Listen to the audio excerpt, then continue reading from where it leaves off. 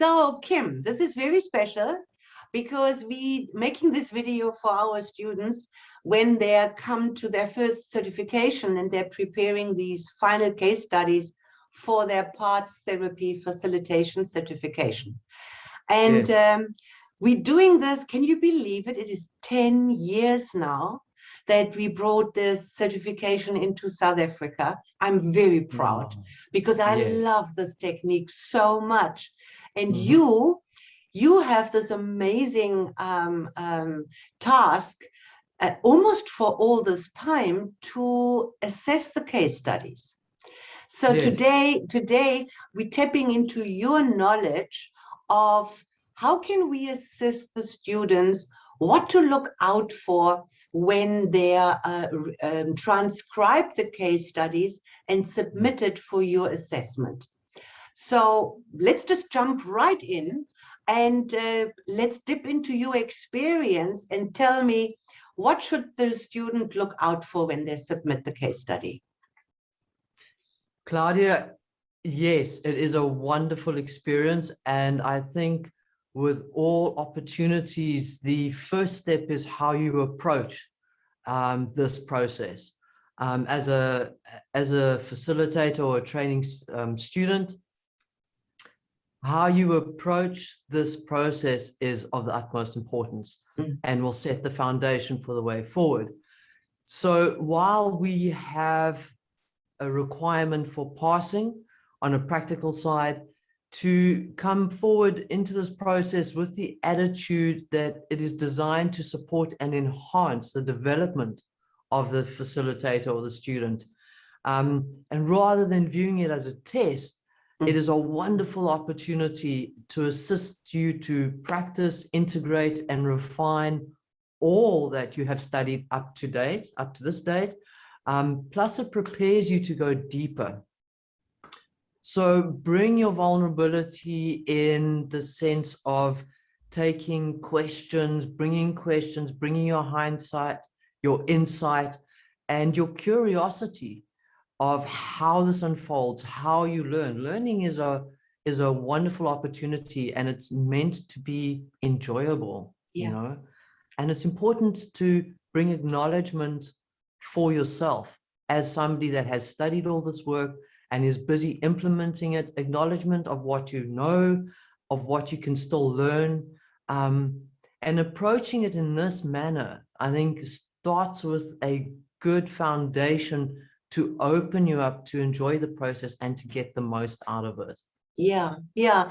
When I teach this wonderful technique, I also say to the students that you will make mistakes. It's almost impossible because every session is a little bit different.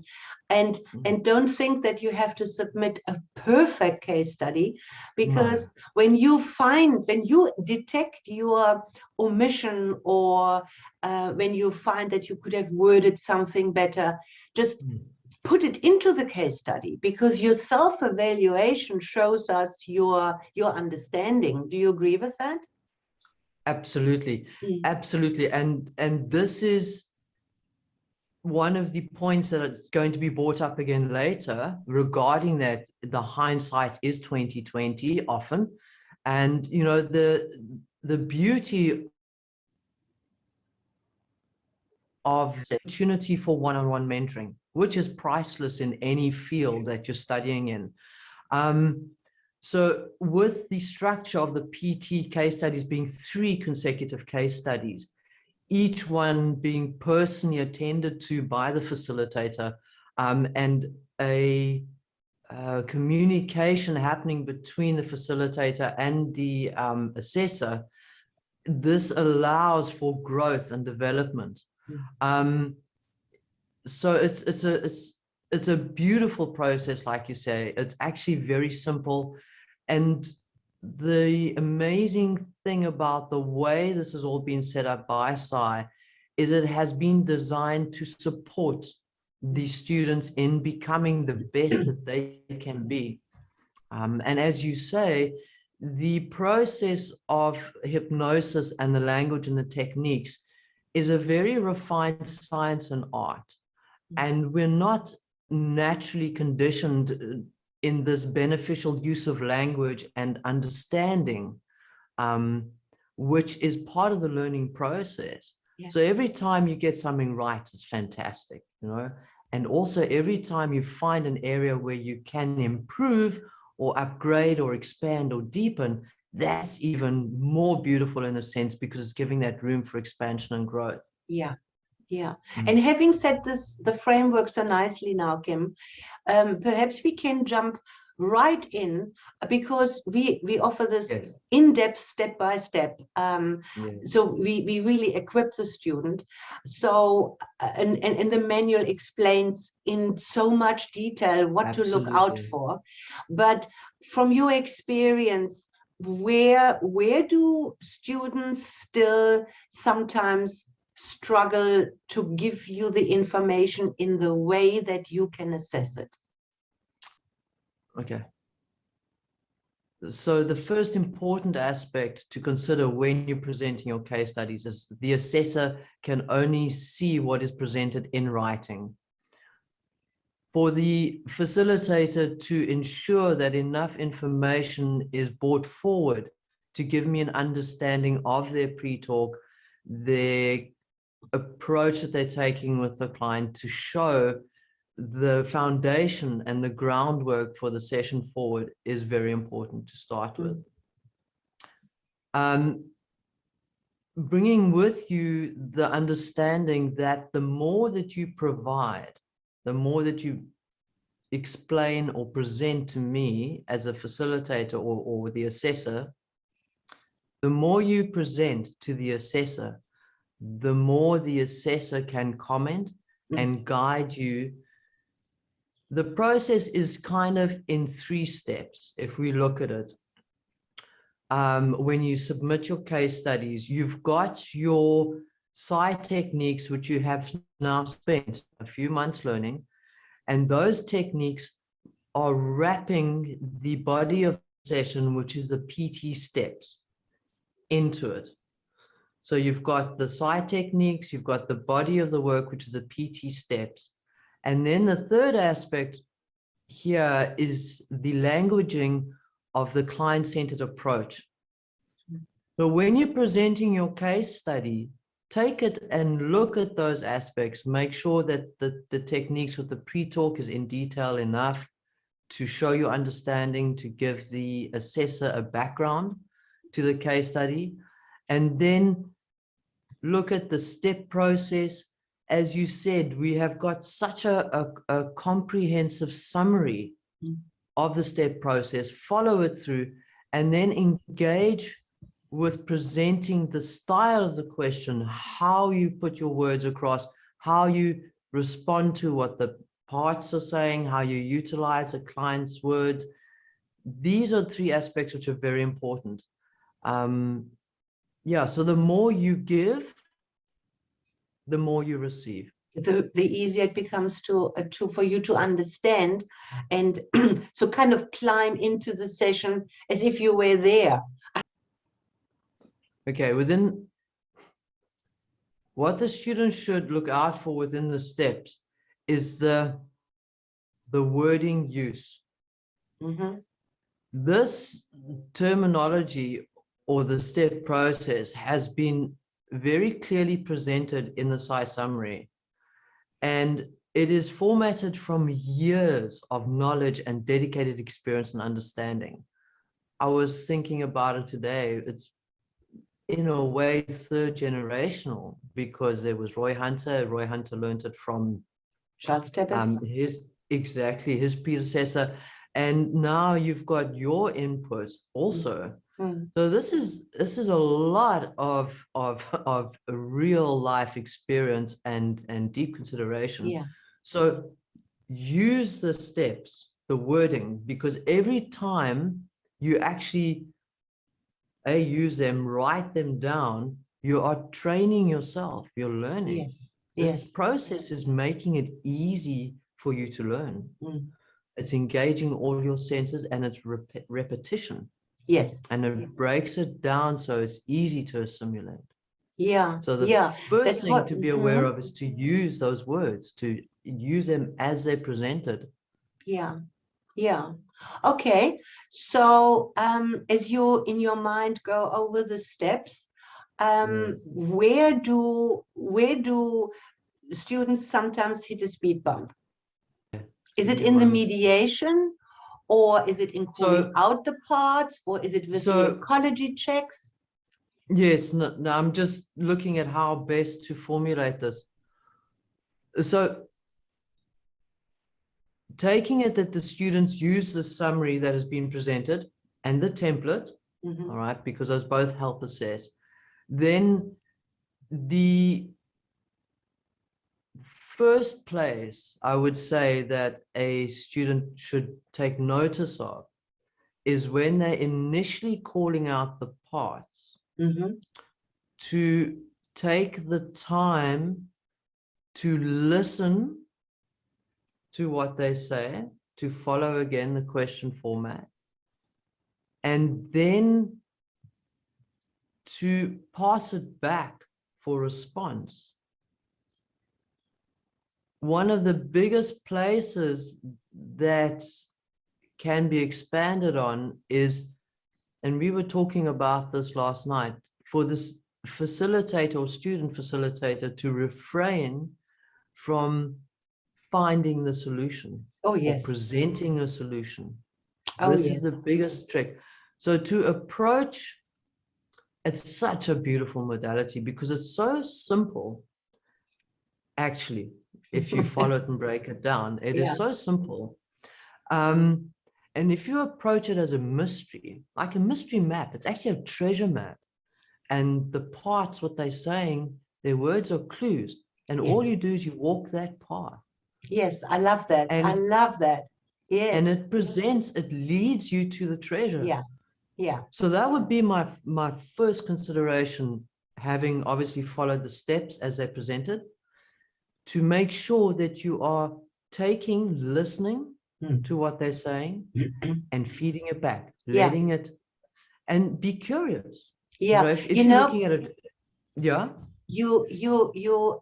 point, you see, we coming from different angles here. I only see the students in the classroom when they're first are introduced to the technique, and you assess when they have really gotten into it.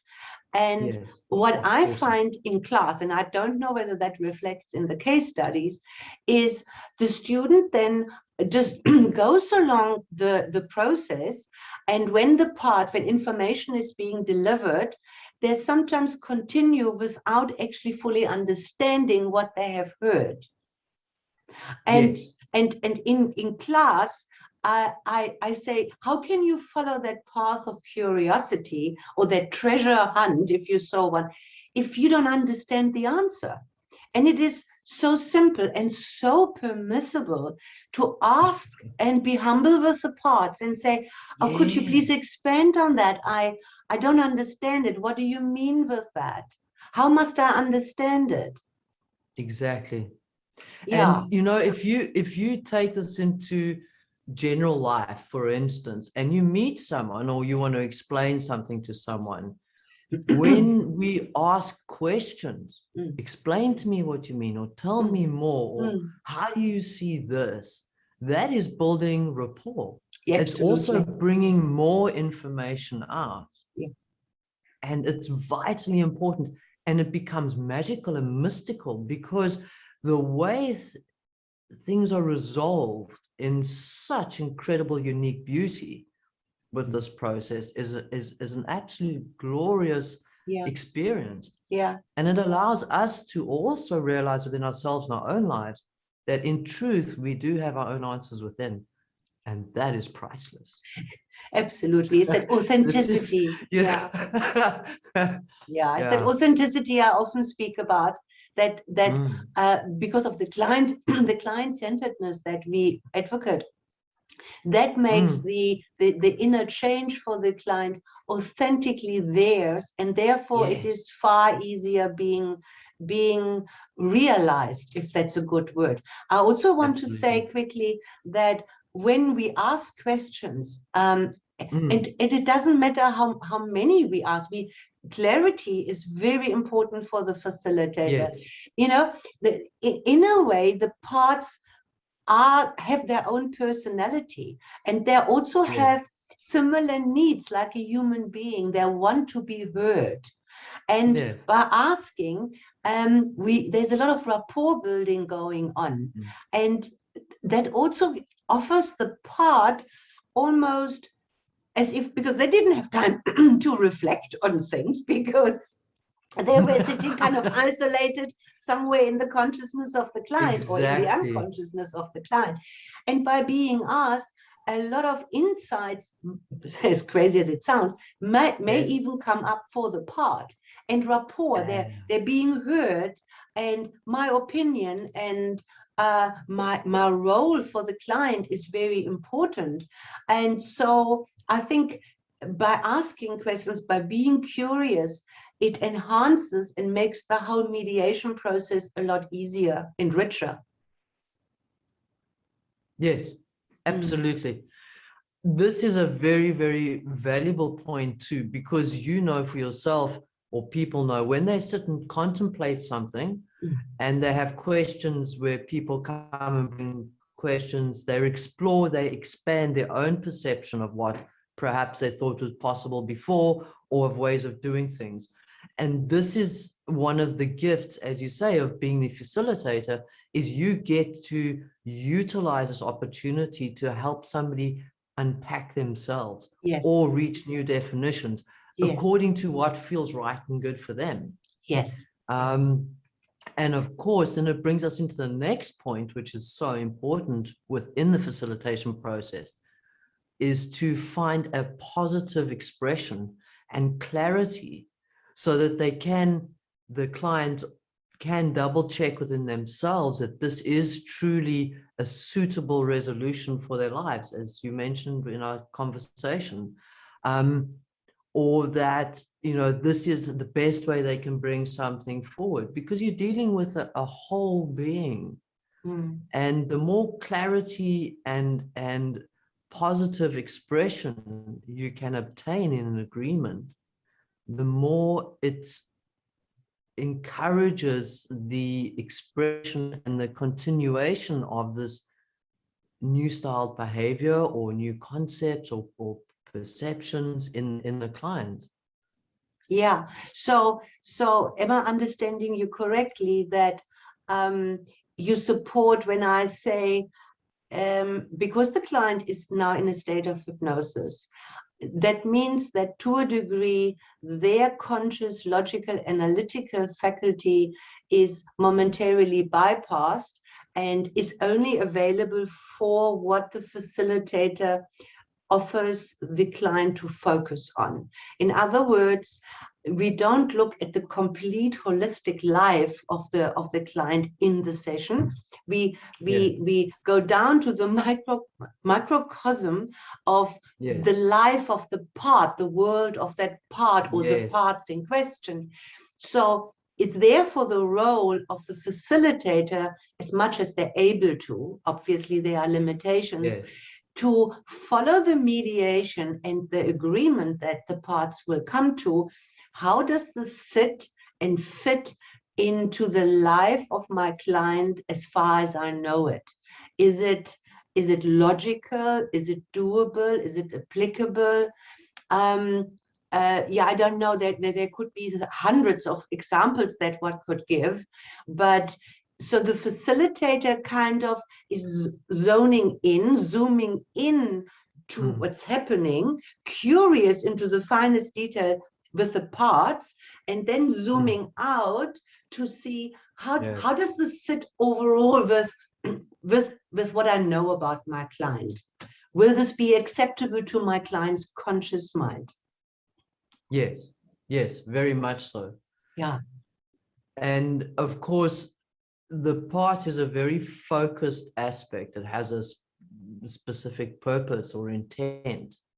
And the power of simply opening up its perception to communication with another part or with greater aspects allows its worldview to expand, for Totally. lack of a better word. Totally. And it's profound how in conversations, you could use an example if you had like a classroom full of children, but they were all in little boxes and they were learning and just doing their work. And then suddenly you take all those boxes away and these beings can communicate. Suddenly their world as an individual becomes a lot bigger, Yeah. and the group potential becomes massive.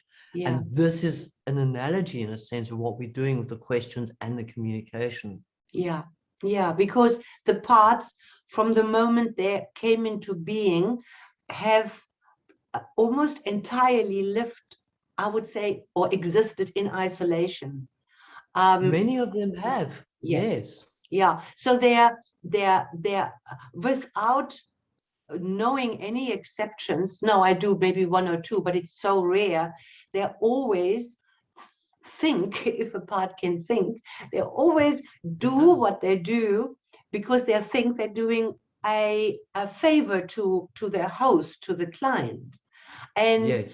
they are sometimes completely baffled when you say, do you realize that what you are doing actually causes my client to XYZ, and it's not a favor for them, it's not productive for them? And they say, oh no, I didn't know that.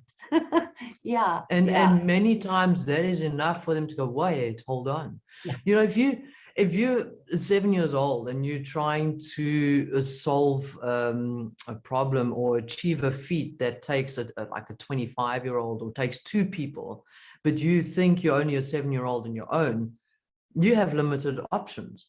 Yeah. But suddenly if you realize, hold on, I've got a 25-year-old and I've got a big brother or sister and I've got a, whatever it takes, you are then able to, oh, wow, Yeah. do things differently. And it's like that, because like you say, their intention is so frequently to benefit the client. Yeah. And it's just allowing them the opportunity to find and explore a broader purview of how to do this. Exactly.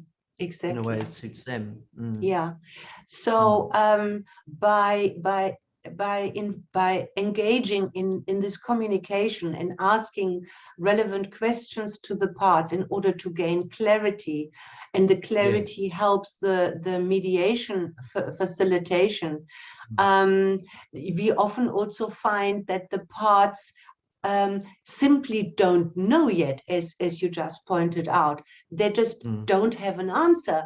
And I find when this happens in class, when we introduce the situation for the first time, the facilitator, the student, almost instantaneously jumps into the rescuer mode, the counselor mode, or whether they have the background or not. And they think, but why don't you try it like this or do it like this or whatever? And I think it's so important that we swallow those natural instincts to help, because if the two parts that we initially talk to, if they don't find the resolution, there is always a part that will come to help. And I think that the students need just be rest assured that there's always help available, that they don't have to take ideas from their life and kind of press it onto their client, which is so not, and that is kind of a fail for a parts therapy session, isn't it? Well, yes, it's not just for the parts therapy. As a client-centered approach, which is the most beautiful, and it's a very advanced technique, actually. I mean, this is where, if you want to talk about consciousness, this is where the expansion is coming, is to learn to find our own answers within. Yes. And so a client-centered approach is to trust that person has the potential and the knowing within themselves to live and guide themselves the best. They know what's good for them. They know what's right for them. And it's about opening up to that. So whenever you're working with a client-centered approach, to work with that, hold on, within you what is the best for you. And the role as a facilitator is simply almost to hold space or to Yes. hold a foundational base so that they can find the freedom within themselves to explore and discover that. Yeah. And that's it. Yeah. It brings me And back like to, us, yeah, it sorry. brings me back to how you opened up, like how to approach a session. It is this space holding. If you are concerned and you're racing in your own mind as a facilitator to try and find a solution, the energetic value of your space holding is diminished. If you sit and you to trust, that is felt by the client, it's felt by the part, and that's very important. So is there anything else that you think you want to point out when it comes to the mediation and coming to the agreement? I feel that for now, we've covered a lot of it. Yeah. You know, to be open, allow the parts to communicate, be curious. With the mediation, when they are communicating, I find an easy way to isolate or to recognize and notice is to just take key points down of certain words, and that will help formulate the agreement, which is the next step we will be going into. And it's not much. And what will happen is, as you just take a key point from a sentence, you will find that there's something that is repeated throughout. And that is a beautiful way to make it easy, especially when you start practicing this, to just identify the key points and then to use them in the agreement, or to bring them into the agreement, obviously with the parts confirmation that that's what they want. So let's fast forward a little bit to where you have had a successful mediation, and it seems pretty obvious to the facilitator that the parts have arrived at a new level of understanding, a new foundation, which could be working together or helping each other, or changing their job or role, even changing their name, changing their function. Or what also sometimes happens, kind of say, look, I'm out of here. What I'm doing is not beneficial for my host, the client. And even though we may never dismiss a part as a facilitator, either a higher part may, or the part may itself decide to leave, which I do address in class by saying, if I look at my client as a holistic being that is 100%, and if a part now decides to leave, there is a void, there is something missing.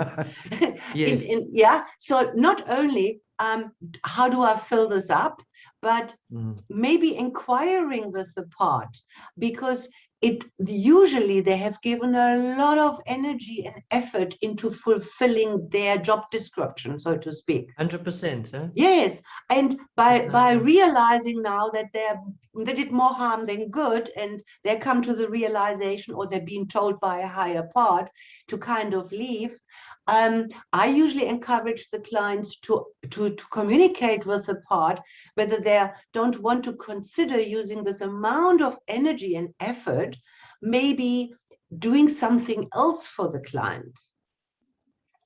Yes. Is that coming up in the case studies too? Do the students do that? It's a very valid point.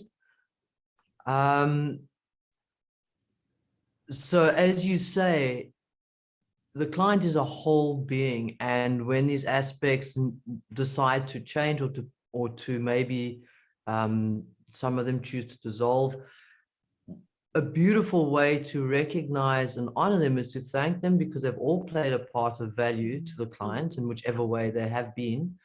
And what they can do sometimes is they can choose to merge with another part that is present in the conversation. In other words, simply to take their energy value or energetic value and to benefit the one that is now going to almost take over their aspect. That's one way of doing it, which is great. Yeah. Especially if you come from the point of view that everything is energy and it's the expression of that energy, Yeah. which can be changed, the energy stays the same. So Yeah. merging is a great way. It's an offer. And you can, if a part comes and says, oh, I see what I've been doing is not great, and I don't want to do that anymore. I think I should just leave. I feel it's always good to say, well, would you like to take on, like you say, another role, or another job, or would you, like to merge? Because they do have value in their presence, in Yeah. that Yeah. unity as Yeah. an individual. Yeah. And also maybe what could be of value to mention is when we interact in the communication with the parts the way we have been describing it, and the rapport is there, by simply offering kind of a class of all responses to the part. You Very could do important. this or this or this or this, or you could leave as you suggested. The part become very very strong in themselves. So it's not like, Yes. if I make an open-ended suggestion, it's not like I'm going to sway the part. If I make, look, we teach our students how to make suggestions, obviously. Very important. So the part will be, there's a certain determination. That's what I'm trying to say. If the part is determined to leave, then despite you offering, they probably will. But they could not Absolutely. consider doing something else, because again, it's kind of a learning process. Oh, I didn't know that I could take over a different function, or could help the other part doing whatever. Yeah. Exactly. Yeah. Exactly. Exactly. And Yeah. also, if you show appreciation for the part, and the role it has played in the client's life, or the job it's taken in the client's life, even though if it's changing its job, appreciation for the part will encourage it Yeah. to perhaps play more of a positive role in the client's life. Yeah. And this is also valuable. Well, it's just like a human being. I mean, if we are Exactly. appreciated, once the agreement is kind of reached, or the facilitator assumes that the agreement is reached, then comes the very important process of making sure that we summarize it correctly, so that the part recognizes what they are willing to do or wanting to do from now on. And then I mean, we can only emphasize this maybe one more time on this platform, to ask, are you satisfied with this agreement reached here today? Is such a potent question, much more potent than to say, are you in agreement with the agreement? We sign agreements with the banks because we have no choice. And this is definitely not what we want to happen within our client. That a part says, okay, I better kind of, collaborate here. It's the the best deal question, I could are you get. No. satisfied? Yeah, Yes. yeah. And do the students stumble over that step of ensuring that the agreement is understood and accepted and the parts are satisfied? There can, when a student is getting ready to go into those final stages of the PT steps, to take time is vitally important. Yeah. So when you look at it as a process, like you say, you've got your clarity of the agreement from the parts. To check, it builds on. You build on. You go, are you satisfied? Yeah, being satisfied is important with something like you just said. And then, of course, you're going to accept it. These are very subtle differences of layers of depth and solidity, which will build an agreement that can be sustainable and stable for the client And supportive. and supportive, and also expand. Mm. It's profound the amount of room that the correct structure and sequence will allow for a client to go and to grow and Yes. expand with. So yes, those final steps, the step 9, the first ecology check, the second ecology check, and step 10, even though it may look like repetition, it's really good to keep in mind that within trance, experience of time is very different. Totally. All right. So you are so engrossed in the process that taking time is allowing the richness and the depth of this new potential to really take root. Yes. In the client. Yes. And if you absolutely, and if you think that the client took himself to a hypnosis practitioner because of an inner conflict, now the inner conflict is understood, and we have players, team players now that we're talking to, and what we under all circumstances need to avoid is to integrate a different conflict.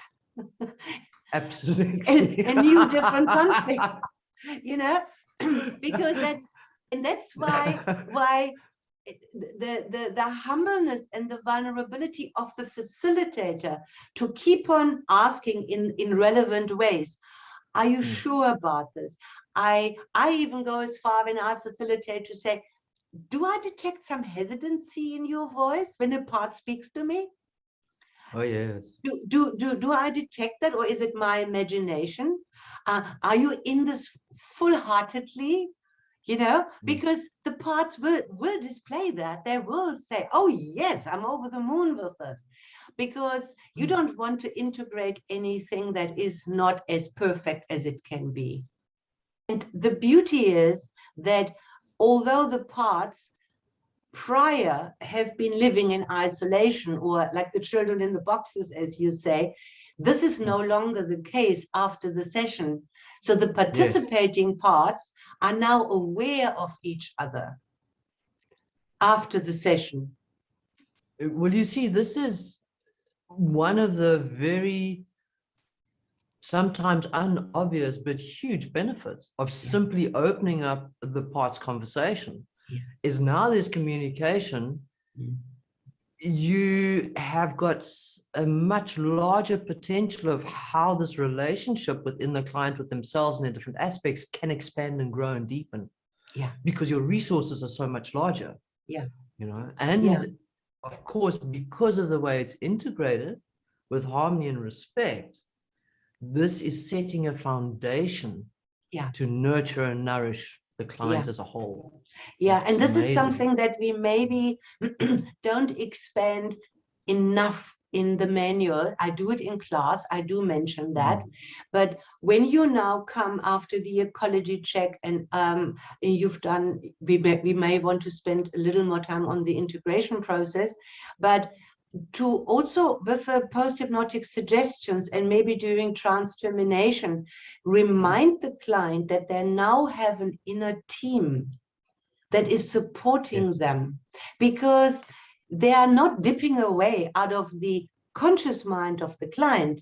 In fact, I could imagine that in the days after a session, there might be a lot of internal dialogue happening between the client and the parts, because let's think about this, the client's brain and the chemistry is still hardwired to operate in the old ways, right? So the old triggers are there, and the body or the brain or whatever it is may still instinctively kind of want to react in the old way, but there is a support team inside. And I think it's such a wonderful way of mentioning this to the client, or during the post-hypnotic suggestion, or during the trance termination, that they will awaken and go forth into their life with their own inner unique support team. Yes. Yeah. This is so valuable. Yeah. And the client came because of an inner conflict. And I'm sure people can relate to what it's like when they have one side of them or one part of them wanting this, another part wanting that. And the inner dialogue, how it feels within us to have Yeah. that conflict. And now suddenly to walk away, Yeah. and they're communicating in Yeah. a way that brings resolution. Yes. They're working together. So, I mean, the benefit of having your own support team is, is there a word to No, describe it? I don't think so. You say he's going to limit it. This is, Yeah. Yeah. yeah. Okay, so we jumped a little bit over the so important integration, which is important after every session.